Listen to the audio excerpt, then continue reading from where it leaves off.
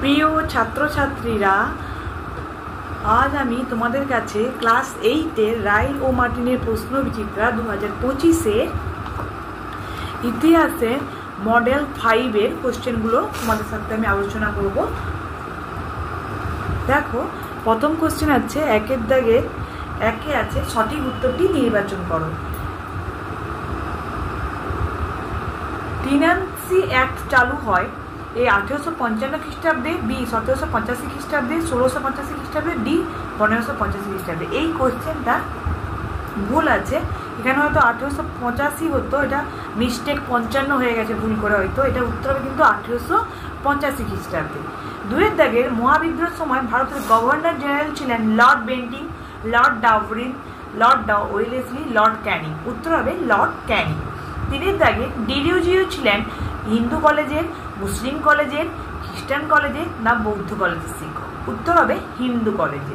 চারের দাগে ভারতের রেলপথ নির্মাণের প্রকল্প শুরু হয় 1553 খ্রিস্টাব্দে, 1653 খ্রিস্টাব্দে, 1753 খ্রিস্টাব্দে, 1853 খ্রিস্টাব্দে।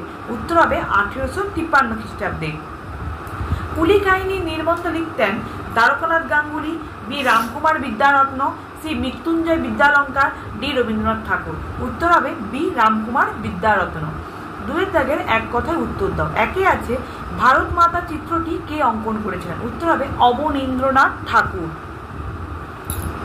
দুয়ের দাগের আছে দেখো, প্রতি মাইল রেলপথ বানাতে কটি করে স্লিপার লাগতো। উত্তর হবে 2000টি। তিনের দাগে ব্রিটিশরা কোন ঔপনিবেশিক অঞ্চলকে সবচেয়ে দামি রত্ন হিসাবে বর্ণনা করত। উত্তর হবে ভারত। চারের দাগের 1879 খ্রিস্টাব্দে কৃষকদের সুবিধার জন্য ঔপনিবেশিক প্রশাসন যে আইনটি রচনা করেন তার নাম কি? যেটা আমি টেক্সট বইয়ের পেজ নম্বর 62 এখান থেকে এতটা পর্যন্ত তোমাদেরকে লেখার কথা বলবো। অবশ্যই তোমরা এটা মুখস্থ করে নেবে বাড়িতে সবাই। জেমস অগাস্ট হিকির প্রকাশিত সাপ্তাহিক পত্রিকার নাম কি? উত্তর হবে বেঙ্গল গ্যাজেট। তিনের থেকে শূন্যস্থান পূরণ করো। একে আছে ভারতের প্রথম ভাইসরহ নিযুক্ত হন ড্যাশ। উত্তর হবে লর্ড ক্যানিং। দুয়ের দাগের বাহাদুর শাহকে ড্যাশ নির্বাচন দেওয়া হয়েছিল। উত্তর হবে 1858 সালে 9 মার্চ। তিনের দাগের কংগ্রেসের আবেদন নিবেদন পদ্ধতিকে ড্যাশ বলে ব্যঙ্গ করা হতো। উত্তর হবে রাজনৈতিক ভিক্ষাবৃত্তি। চারের দাগের ড্যাশ খ্রিস্টাব্দে বঙ্গভঙ্গ রোধ করা হয়। উত্তর হবে 1911।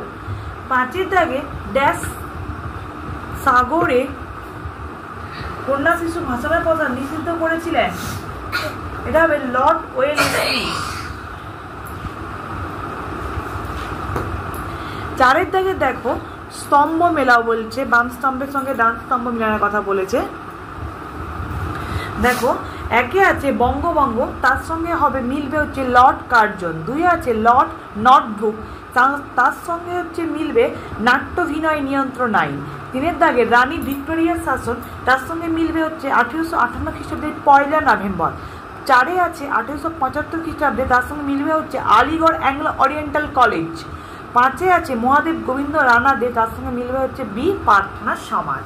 ঠিক আছে, তোমাদের সুবিধার জন্য পাশে লিখেও দিচ্ছি যাতে সুবিধা হয়। এটা একের সাথে মিলবে, দুয়েরটা মিলবে এখানে, দুয়েরটা তার উপরে, তারপরে তিনেরটা তিনের সাথেই, তারপরে চারেরটা মিলবে এর সাথে, পাঁচেরটা মিলবে বি এর সাথে। ঠিক আছে, পাঁচের দাগে নিচের বিবৃতিগুলির মধ্যে কোনটি ভুল এবং কোনটি ঠিক? একে আছে হিন্দু মেলার প্রতিষ্ঠাতা হলেন নবগোপাল মিত্র, এটা ঠিক। দুয়ে রায়তোয়ারি বন্দোবস্ত প্রবর্তনের অন্যতম উৎসাহী ব্যক্তি ছিলেন ফিলিপ ফ্রান্সিস, এটা ভুল। তিনে শিবাজী উৎসব চালু করেন সরলা দেবী, এটাও ভুল। চারে ভারতের জাতীয় কংগ্রেসের বার্ষিক অধিবেশনকে ব্যঙ্গ করে বলা হতো 4 দিনের তামাশা, এটাও ভুল। পাঁচে দ্বিতীয় ইঙ্গো বার্মা যুদ্ধ হয় 1852 খ্রিস্টাব্দে এপ্রিল মাসে, এটা ঠিক। ছয়ের থেকে বেমানান শব্দটি খুঁজে বের করে লেখো। একে আছে পণ্ডিতা রমাবাই বেগম রোকেয়া ভগিনী শুভলক্ষ্মী রানী লক্ষ্মীবাই, এটা হবে রানী লক্ষ্মীবাই। দুয়ে আত্মারাম পাণ্ডুরং মহাদেব গোবিন্দ রানাডে জ্যোতিরাও ফুলে বীরেশলিঙ্গম পান্তুলু, এটা উত্তর হবে জ্যোতিরাও ফুলে।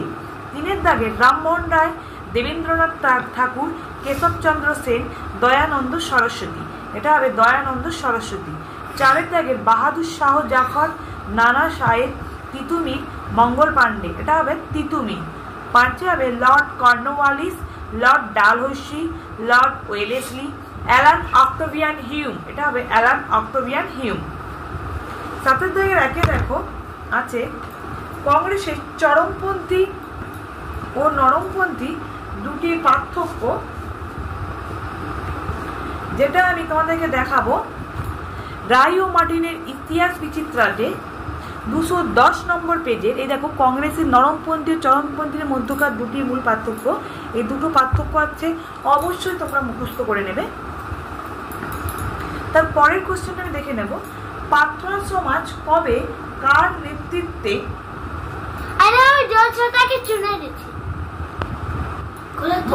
মহাদেব প্রার্থনা সমাজ কবে কার নেতৃত্বে গড়ে উঠেছিল? এটা হবে পেজ 148-এর। এই যে 1867 থেকে এখান থেকে এতটা পর্যন্ত লিখলেই হবে, অবশ্যই তোমরা বাড়িতে মুখস্থ করে নেবে। 3 দাগে কৃষি বাণিজ্যিকরণ বলতে কি বোঝো? দেখো রায় মার্টিনের সহায়িকাতেই পেজ নাম্বার 122-এ 30 নম্বর দাগে যে কৃষি বাণিজ্যিকরণ বলতে কি বোঝো আছে, এখান থেকে এতটা পর্যন্ত মুখস্থ করলেই হবে, তোমরা অবশ্যই বাড়িতে মুখস্থ করে নেবে। 4 দাগের নব্যবঙ্গ গোষ্ঠী কোন কোন প্রথার বিরোধিতা করেছিল? এটা রায় মার্টিনের সহায়িকাতে পেজ নাম্বার 163 নব্যবঙ্গ গোষ্ঠী কোন কোন প্রথার বিরোধিতা করেছিল। আর 23 নম্বর কোশ্চেন দেখো এখান থেকে পুরোটাই হচ্ছে, এখান থেকে এতটা পর্যন্ত অবশ্যই তোমরা মুখস্থ করে নেবে। 5 দাগে দেখো বিংশ শতকের প্রথম দিকে বাংলায় গড়ে ওঠা দুটি গুপ্ত সমিতির নাম লেখো। এটা দেখো পেজ নম্বর 214, এই যে বিংশ শতকের প্রথম দিকে বাংলায় বিভিন্ন গুপ্ত সমিতি, 1, 2, 3 নম্বর পয়েন্ট এতটা অবশ্যই তোমরা মুখস্থ করে নেবে। 8 দাগে দেখো অবশিল্পায়ন সম্পর্কে একটি সংক্ষিপ্ত টিকা লেখো, যেটা রায় মার্টিনের সহায়িকাতে পেজ নাম্বার 110-এর। এই যে অবশিল্পায়ন বলতে কি বোঝো সম্পর্কে কি জানো, এখান থেকে এই পুরোটা পর্যন্ত লিখতে হবে। এখানে প্রায় 7টা পয়েন্ট আছে, তোমরা দেখতেই পাচ্ছ। তোমরা এখানের মধ্যে যে কোনো 5 থেকে 6টা পয়েন্ট লিখলেই হবে, ঠিক আছে, পেজ নাম্বার 110-এর। তারপরে দেখো কংগ্রেসের সুরাট অধিবেশন সম্পর্কে বর্ণনা করো, যেটা পেজ নম্বর 210-এ। এই যে কংগ্রেসের সুরাট অধিবেশনের গুরুত্ব, এটা লিখলেই হবে, অবশ্যই তোমরা মুখস্থ করে নেবে। 9 থেকে যে কোনো 2 প্রশ্নের উত্তর দাও। রেলপথ ব্যবস্থা সম্পর্কে টিকা লেখো, যেটা পেজ নম্বর 112-তে।